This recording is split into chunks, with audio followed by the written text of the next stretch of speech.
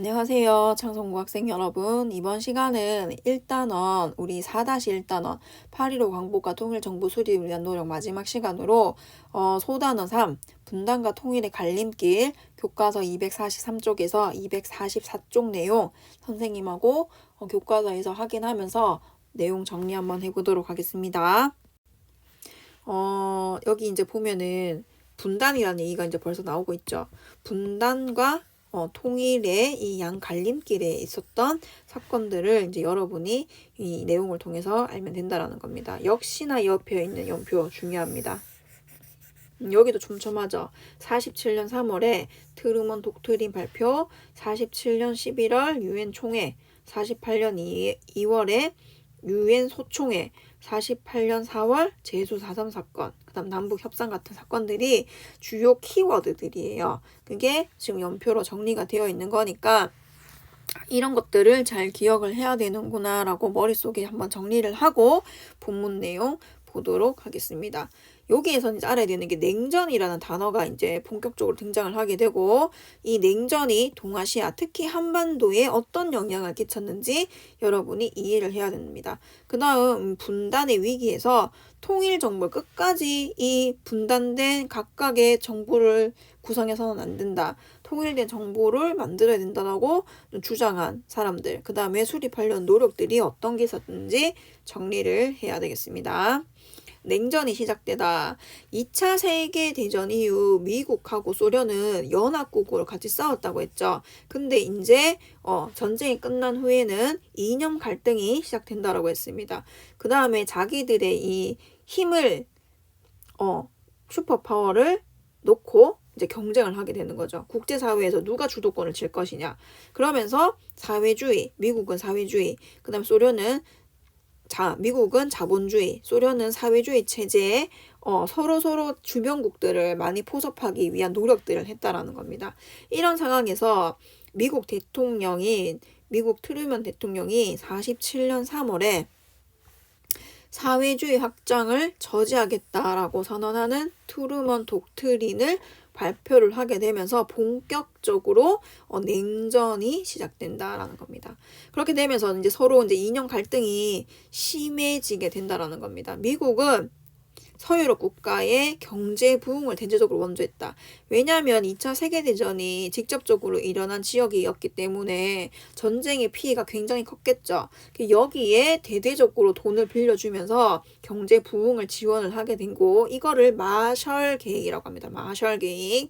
그 다음에 소련에 대항하는 서유럽 국가들을 모아서 북대서양 조약기구 나토를 창설하게 되고, 소련도 여기 맞서가지고 자국의 직접적 영향 아래 있던 동유럽 사회주의 국가들을 모아서 공산권 경제상호 원조회의 코메콘이라고 부릅니다. 코메콘을 결성하고, 그 다음에 지역 안보 기구인 바르샤바 조약기구, WTO라고도 부르는데 우리 지금 현대에 있는 조약인 WTO랑 다른 겁니다. 그래서 바르샤바 조약기구를 창설해서 이 미국에 대항하는 구도가 형성이 됩니다. 각각 미국에 대응한 소련의 이런 내용들을 정리를 잘 해야 되겠습니다.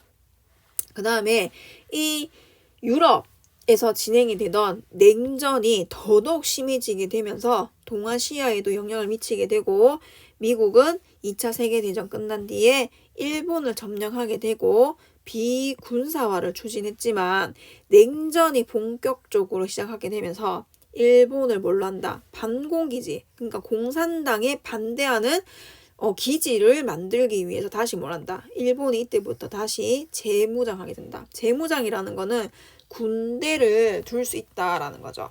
그 다음에 이런 상황에서 중국에서는 국민당, 공산당 사이에 뭐가 발생한다? 내전, 서로 이제 전쟁이 발생하게 되면서 누구의 승리로 끝나게 됩니까? 49년 공산당의 승리로 끝나게 되면서 중화인민공화국이 수립되고 국민당은 타이완으로 물러나게 된다라는 거죠. 그러면 이제 미국은 더 압박감을 느끼게 된다라는 거예요. 동아시아 지역이 전부 다 소련의 세력권으로 들어가느냐 아니냐라는 기로에 놓이게 된 거죠. 이런 상황에서 이제 일본을 재무장시키게 되고 소련 밑에 바로 중국까지 그 거대한 땅들이 전부 다 사회주의 국가, 공산주의 국가가 되었는데 여기에 한반도까지 전부 다 잠식하게 되면은 동아시아 지역은 거의 다 소련의 지배권에 들어가게 되는 상황이니까 절대로 한반도 남부를 포기하려고 하지 않는다라는 겁니다. 그렇게 되면서 다음 부분 보도록 하겠습니다. 이 냉전이라는 게 우리 한반도에도 큰 영향을 미치게 되는데 제2차 미소공동위원회는 다시 결렬되었다라고 했습니다. 냉전이 더더욱 심해지고 있는 상황이었기 때문에 서로 입장차를 좁힐 수 있는 상황이 아니었던 겁니다. 그렇게 되면서 이 미국과 소련 양국 사이에서는 협상이 더 이상 나오기 어렵다. 성과가 나오기 어렵다고 판단을 하게 되면서 이 한국 문제를 어디로 넘기냐면 유엔으로 넘기자라고 제안을 이제 어디서 한다? 미국에서 하게 됩니다. 미국에서 하게 되고 소련은 당연히 여기 반대하겠죠. 모스크바 삼국 외상회의 우리 결정했는 거에 완전 위배되는 내용이다. 그렇게 거부를 하고 미소 양군이 한반도에서 동시에 철수하자라고 주장하게 된다는 겁니다. 왜 이런 주장을 미국은 반대를 하고 소련을 할 수 있었냐면 북한 쪽이 이미 소련에 잠식당해서 소련은 거의 북한을 뒤에서 간접적으로 조정을 하고 있었지만 북한은 거의 소련의 지배권 안에 들어갔다라고 판단을 내렸기 때문에 그런 거고 우리가 군대를 철수하더라도 공산화된 세력들이 자기들의 말에 의해서 움직여 줄 거라고 판단을 내린 상태였고 미군은 지금 압박을 굉장히 심하게 받는 상황이었어요. 남한까지도 뺏기게 되면은 이제 한반도를 비롯한 동아시아의 대부분 지역이 소련의 영향권 아래에 들어가는 상황이었기 때문에 여기에서 소련의 말을 들어줄 수가 없었던 거죠.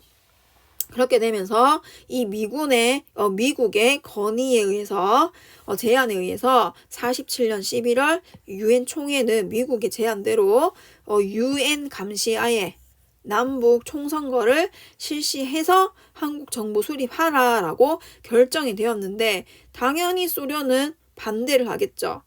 그리고 이 총선거 실시를 하는데 선거라는 거는 여러분 어떻게 되는 거예요? 사람 한 명당, 인구 한 명당 한 표 행사하는데 이 당시에 인구 구성을 보면은 북한, 남한 어디에 더 사람들이 집중해야 살고 있겠습니까? 남한의 인구수가 훨씬 더 많았다라는 거예요. 그러면은 정부가 구성하는 국회의원을 선거를 했을 때 누구에게 더 유리하게 진행이 되겠습니까? 당연히 인구가 많은 남한 쪽에 유리하게 전개될 수밖에 없다라는 거죠. 그런 상황에서 유엔 한국임시위원단이 한국에 파견이 되어서 선거를 준비를 하려고 했지만 소련은 이 위원단의 입국마저도 그러니까 들어오는 자체를 거부하게 되면서 소총회 열어서 선거가 가능한 지역, 즉 어디를 얘기하겠습니까? 소련은 입국 자체를 거부했으니까 선거가 되지 않고 38도선 이남 지역만의 총선거를 결정하게 된다라는 겁니다. 여기 보면 인구에 비례하여야 하며라고 표시가 되어 있죠. 거의 남한의 인구가 이때 북한의 2배가량 많았어요. 2배가량 많았기 때문에 소련은 굉장히 이제 부정적인 입장을 취할 수밖에 없었다라고 여러분이 기억을 하면 되겠습니다. 그 다음 이렇게 이제 점점 분단이 현실화되어 가는 상황에서 남북 협상을 시도한 사람들이 나오게 됩니다.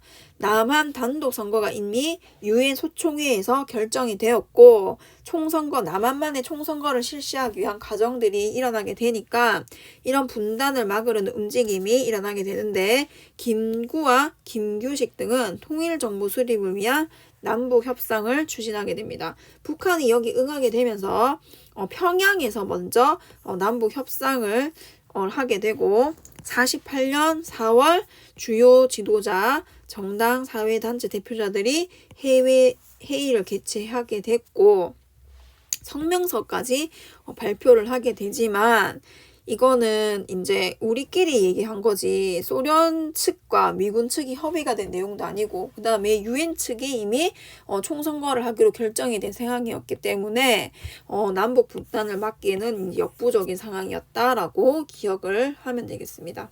그 다음 총선거 결정이 이제 5월 10일로 확정이 된 상태였습니다. 그런 상황에서 이승만과 한국민주당은 총선거 준비에 들어가게 됐지만 남북 협상에 참여했던 세력들은 선거에 반대를 하게 되고 그 다음에 이 선거에 반대하면서 선거에도 참여를 안 하게 돼요. 참여를 안 하게 된다라는 거는 정부 구성원으로서 활동을 할 수 없다라는 거죠. 선거에서 못 뽑히니까 정치 일원으로서 국회의원으로서 활동을 할 수가 없게 되는 상황이 벌어지게 된다라는 겁니다. 그 다음에 좌익계열을 통합하고 결성한 남조선 노동당 줄여서 남로당이라고 부르죠. 선거를 저지하기 위해서 무장투쟁까지 이제 일어나게 되는데 이 과정에서 군경과 유혈 충돌, 그러니까 피를 총칼 이런 걸로 싸우게 되면서 다수 발생하는 사건이 일어나게 된다라는 겁니다. 그 다음 이제 제주 4.3 사건이 일어나게 되는데 48년 4월 3일 남한 단독선거 반대하는 제주도에 있는 남조선 노동당 세력이 무장 봉기를 일으키게 되고 미군정이 군대를 동원한 강경 진압에 나서게 됩니다. 그 다음에 이때 죄 없는 수만 명의 제주도민이 너무 많이 희생이 되었던 거죠. 그 다음 제주도에 파견될 예정이었던 여수에 주둔하고 있던 우리 국군 부대가 여기에 출동하지 않는 군대는 무조건 명령에 살고 명령에 죽잖아요. 그러니까는 이 불복종이라는 거 있을 수가 없는 거예요. 이거는 뭐라 그래야 되죠? 옛날로 치면 역모, 역정 이런 거 해당하기 때문에 출동 명령을 거부한 것 자체가 이미 이거는 뭐예요? 반내란이라고 할 수 있는 거죠. 군대 내에서는. 그러니까 이걸 봉기하게 되면서 이거를 당연히 진압하려는 그런 세력들이 있겠죠. 양측이 충돌하게 되면서 여수, 순천, 지리산 일대로 이런 충돌이 확산이 되면서 수많은 민간인이 희생이 되는 여수, 순천 사건, 11.9 사건이라고도 부르기도 하는 사건까지도 벌어지게 됩니다. 그 다음에 제주 4.3 사건 관련된 내용 한번 읽어보도록 하겠습니다. 광복 이후 제주도는 평온한 분위기였지만 47년 3.1절 기념시위에 경찰이 발포를 하게 된다는 거죠. 사람들 향해서 그냥 포대를 쏜 거예요. 사상자가 발생하면서 갈등이 시작되었고 1년 뒤 제주 4.3 사건으로 확대되었다. 54년까지 2만 5천에서 3만 명의 희생자가 발생하였다.